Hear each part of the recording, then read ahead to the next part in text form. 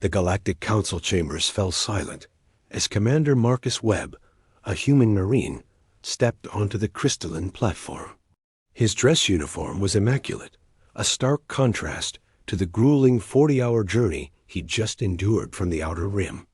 Around him, delegates from 200 alien species watched, their feelings a mix of curiosity, skepticism, and outright disgust.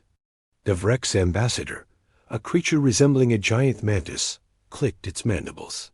"Commander Webb," it began, "your species has requested admission to this council.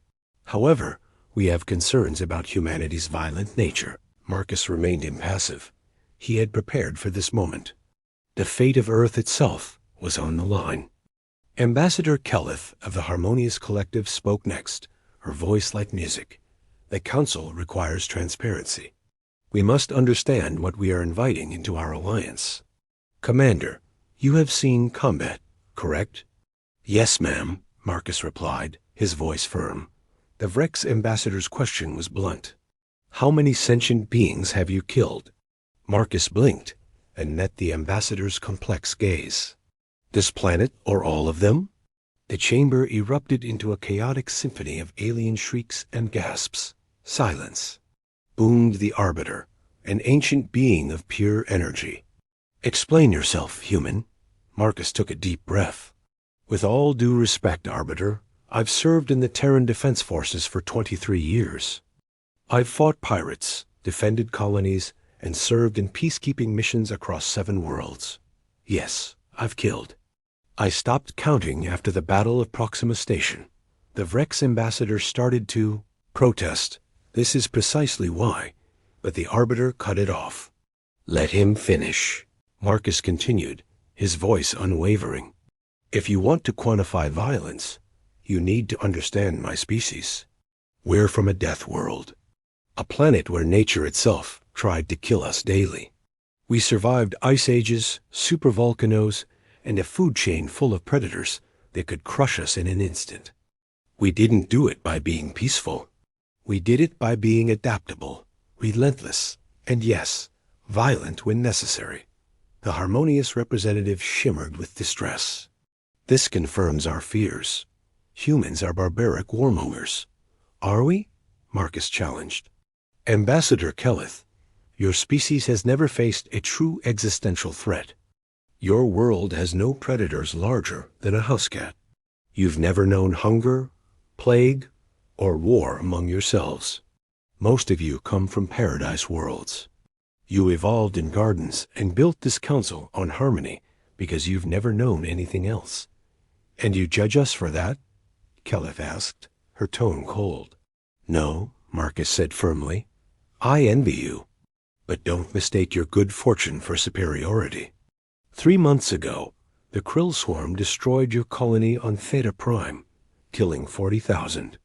Your fleet engaged them and was decimated. The Council requested Earth's help. We sent 1 battalion, 400 humans. The chamber fell into a heavy silence. The Krill are an absolute threat, an enemy that wants you dead. No terms, no mercy. They're exactly what we've been fighting our entire evolutionary history." "What happened at Theta Prime?" the Arbiter asked quietly. "We killed them," Marcus said simply. "All 14,000. We lost 37 Marines. We didn't win because we're barbaric. We won because we understand violence. We know when it's necessary, how to apply it, and how to live with the consequences." The Vrex ambassador shifted. "You speak of this so casually." "No," Marcus corrected, "with acceptance. Every soldier I've served with carries the weight of what we've done. We have ceremonies. We have counselors. We don't celebrate death, but we do and shy away from it when it is necessary to protect those who and protect themselves." He pulled out a data chip. "This contains the full military record of every human serving. Our kills, yes, but also our rescues, the medical aid we've provided, the infrastructure we've rebuilt. Judge us by all of it." Ambassador Kelleth took the chip. "Why trust a species so comfortable with death?" Marcus met her gaze. "Because we understand its value. You built a civilization on the principle that all life is precious because you never had to fight for it. We built ours on the same principle because we've had to fight for it every single day. We know what life costs.